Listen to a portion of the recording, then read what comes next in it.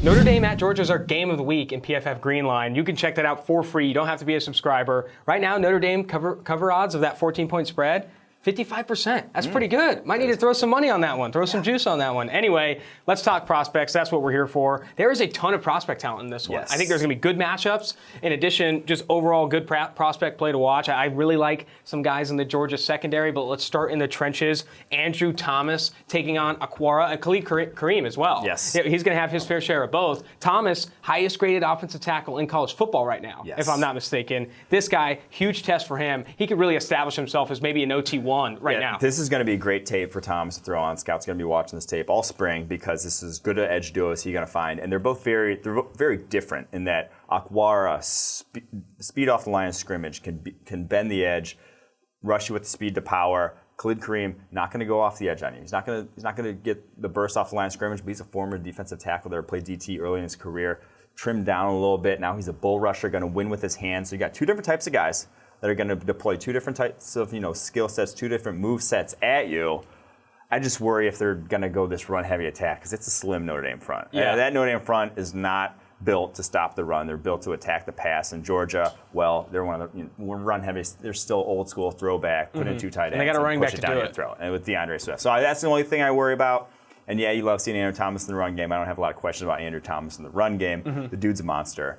It's the passing game I need to see. Can he hold up against speedier, more athletic? Can he hold up against Julian Aquara? I don't know. So we're rooting for Notre Dame to go up 21-0. We need to see a lead from Notre Dame early. Maybe even go up like 35-0. That'd be probably ideal for Andrew Thomas's evaluation here. 4 Miller Lights in. Notre Dame's up 14-0, and we're watching Andrew Thomas in true pass sets. I mean, does it get better? No. Anyway, I had some notes on Thomas. That's ideal scenario for Saturday. Great grades right now. I wanted to dive a little bit into the background. True freshman, played at right tackle, then moves to left tackle as a sophomore. He's playing left tackle now. Starting at tackle as a true freshman, insane already in the SEC. What he's done is, he's a 5-star prospect. I put in here playing like one, and his grade has improved. Again, you talk about that upward trajectory. Improved every year, 68.4 as a true freshman. Yeah. Insane for the SEC. 80.6 this past year, and already had a 94.2 in 2019. 6'5", 320 pounds, but moves like a power forward. Yes. Looks like Big Baby. Glenn Davis out there, very athletic. And only 29 pressures allowed in 985 pass blocking snaps in the SEC. Yeah. Incredible production for Thomas. I think the background, the 5-star status, all that stuff matches with the production you see in PFF grades in advance. And there's a ton of, this game's got a ton of matchups, a ton of great prospects. I mean, you go up and down these rosters, the amount of guys that are probably going to be drafted, it's in the double digits come next April.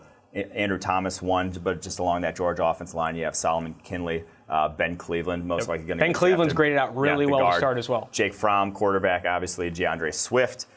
George Pickens not quite draftable yet, but he will be there someday. Yeah, he will be at some point. You got J.R. Reed, the safety for Georgia, Richard LeCount, Eric Stokes as well. Not sure he's going to declare. Monty Rice. I'm a fan of Malik Herring on their interior there for Georgia, so that's a ton of guys just for the 2020.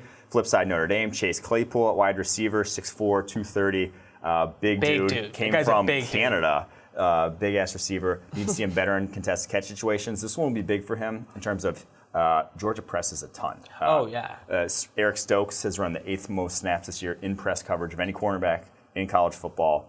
Seeing a big dude be able to get off press is key when you're that size. So that'll be big for Claypool to see that. You have Claypool, you have Liam Eichenberg at left tackle. I think he is the best on that Notre Dame offensive line, probably a day 2 type of offensive lineman. Tommy Kramer at right guard, probably going to end up draftable. The guy looks like he's 40. His picture looks like he's like got the Mike McGlinchey face. That's the Notre Dame specialty. The Notre Dame special, 40-year-old at guard, at somehow 19 years old.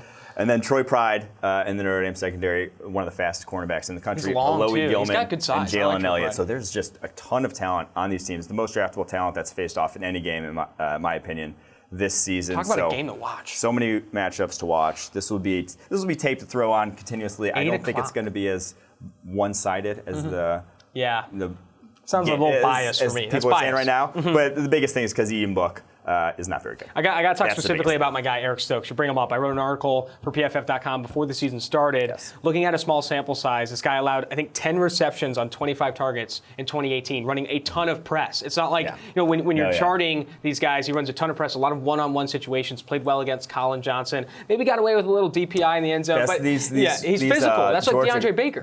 Georgia corners bullies. That's what they're coached to do. So look at, looks great in press. 84.3 coverage grade a year ago. Only 6 passes defensed this past year. I do think Eric Stokes.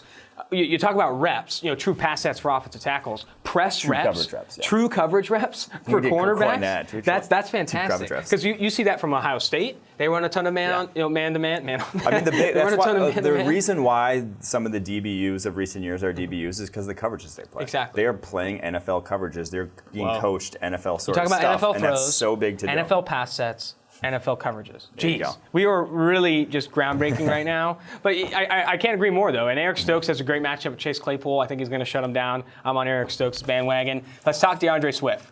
5-star prospect, very high rushing grades, all 3 years at Georgia. And it's not, I would say, if you're a 5-star running back, similar to if you're like a super athletic NFL running back, it's going to be easy to earn high rushing grades in the PFF system because you have that natural athleticism. You're forcing missed tackles, very shifty, explosive plays come easy for you.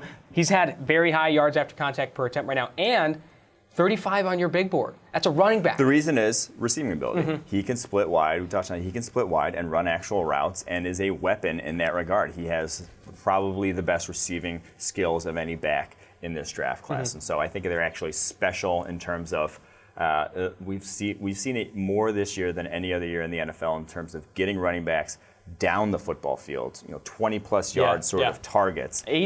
Guys being able to track the ball on those the value is skyrocketing in the NFL right now. So I think as much as we say running backs don't matter, the guys that can do that are valuable. Absolutely. One last guy we'll bring up before we dive into the other games for the Saturday slate, Alohi Gilman.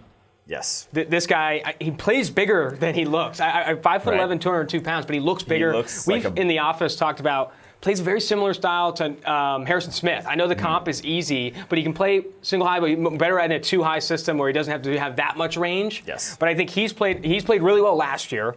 Only 2 receptions allowed for 30 yards this season. I think. What do we need to see from him? You talk about this game being big for a lot of people. What do you really need to see from him to kind of be not all in, but at least understand where he's at? It's tough because the range is the biggest concern. Exactly.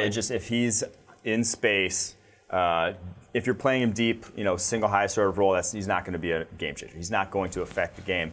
I want to see him more affect plays around the line of scrimmage because they play a lot of quarters, a lot of 2-high, and he's sort of that. You have such a small zone that you have to cover, and it's sort of an easier assignment than a lot of people, than a lot of roles a safety could be in. I just want to see him being able to make plays against good competition from that role, because we saw Clemson game last year really torpedo his draft stock. He got exposed a few times with his lack of speed in that game. I think more of a box role is what he's best suited at in the NFL. So. All right, that's going to tie a bow on Georgia, Notre Dame. Go to PFF.com and check out. That's the game of the week. You don't have to be a subscriber. You can check it out in green line, how Notre Dame's going. If Notre Dame's going to cover, that cover probability, it should be a good one to watch for if you got some juice on it. Also, if you're looking to just watch prospects, looking forward to that. Thanks for watching the PFF YouTube channel. And if you want to subscribe, all you have to do is push the button. Don't forget everything you get.